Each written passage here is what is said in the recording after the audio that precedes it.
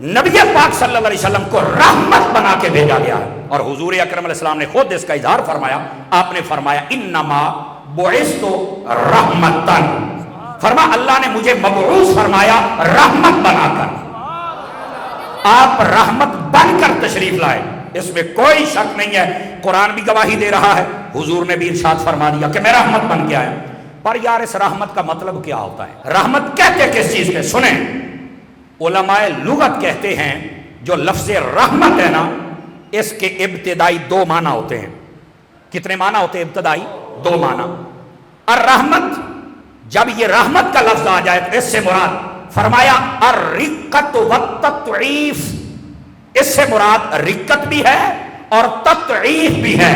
رقت کا کیا مطلب ہوتا ہے؟ کہ کوئی بندہ مشکل میں ہو اور بندے کو پتہ چلے، بندے کا دل نرم ہو جائے، اسے کہتے ہیں رقت۔ اور تطعیف کا مطلب کیا ہوتا ہے؟ کہ صرف یہ نہیں کہ مشکل کا پتہ چلا ہے بس دل میں غمگین آ گیا اور کر کچھ نہیں سکتا۔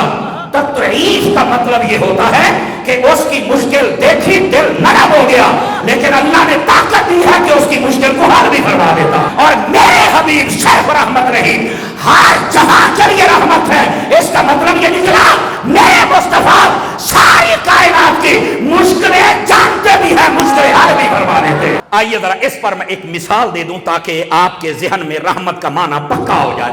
اس کی مثال ہے بخاری شریف کے اندر، ایک حدیث شریف ہے۔ نبی کریم علیہ السلام آپ ایک سفر پر جا رہے ہیں، بخاری کتاب الوضو کے اندر یہ حدیث موجود ہے، مسلم میں بھی ہے اور مشکاۃ شریف میں بھی ہے۔ نبی پاک علیہ السلام جا رہے تھے ایک قافلے کے ساتھ، آپ کے ساتھ صحابہ کرام تھے، ایک قبرستان کے قریب سے گزرے نا، تو وہاں پر آپ کا جانور جس پہ آپ جلوہ گر تھے وہ ڈر گیا۔ جب وہ ڈرا نا تو نبی پاک علیہ السلام نیچے اترے، صحابہ کرام بھی اتر آئے۔ قریب قبرستان تھا، نبی پاک علیہ السلام سیدھا قبرستان چلے گئے۔ اچھا یہ قبر چھوڑی، یہ چھوڑی، یہ چھوڑی، یہ چھوڑی، وہ آگے دو قبریں تھیں ان پہ پہنچے اور ایک صحابی سے فرمایا جلدی جلدی نا تار شاخیں لے کر آؤ، تار شاخیں کسی درخت کی بھی لے کے آؤ، وہ پتے ہوں گے نا، پتے وہ ٹہنیاں، کہنے لگے ٹہنیاں لے کے آؤ۔ نبی پاک کے پاس ٹہنیاں آئیں، آپ نے ایک چھوٹی سی ٹہنی اس قبر پہ رکھی، چھوٹی سی ٹہنی اس قبر پہ رکھی، فرمایا چلو بھائی چلیے۔ نبی پاک جب وہاں سے گزرے وہ جانور آپ کیسے لیے ڈرا؟ ان قبر والوں کو عذاب ہو رہا تھا، نبی پاک کے جانور نے دیکھا ڈر گیا، حضور گئے، آپ کو بھی پتا چل گیا، بلکہ جانور کو بھی آپ کی وجہ سے پتا چلا۔ نبی پاک گئے، آپ نے دو ٹہنیاں رکھی اور چل پڑے، اور ٹہنیوں کی وجہ سے ان کا عذاب کم ہو گیا۔ حضور ایسی رحمت ہے کہ بندہ فقط دنیا میں نہیں، اگر قبر میں بھی ہو، وہ وہاں مشکل میں ہو، نبی کو پتہ بھی چل جاتا ہے، نبی مشکل حل بھی فرما دیتا ہے۔ پہلا پھول تو یہ ہے یار وہ جانور ایک تھا جو ڈرا، باقی بھی تو صحابہ کرام کے جانور تھے، باقی کیوں نہیں ڈرے؟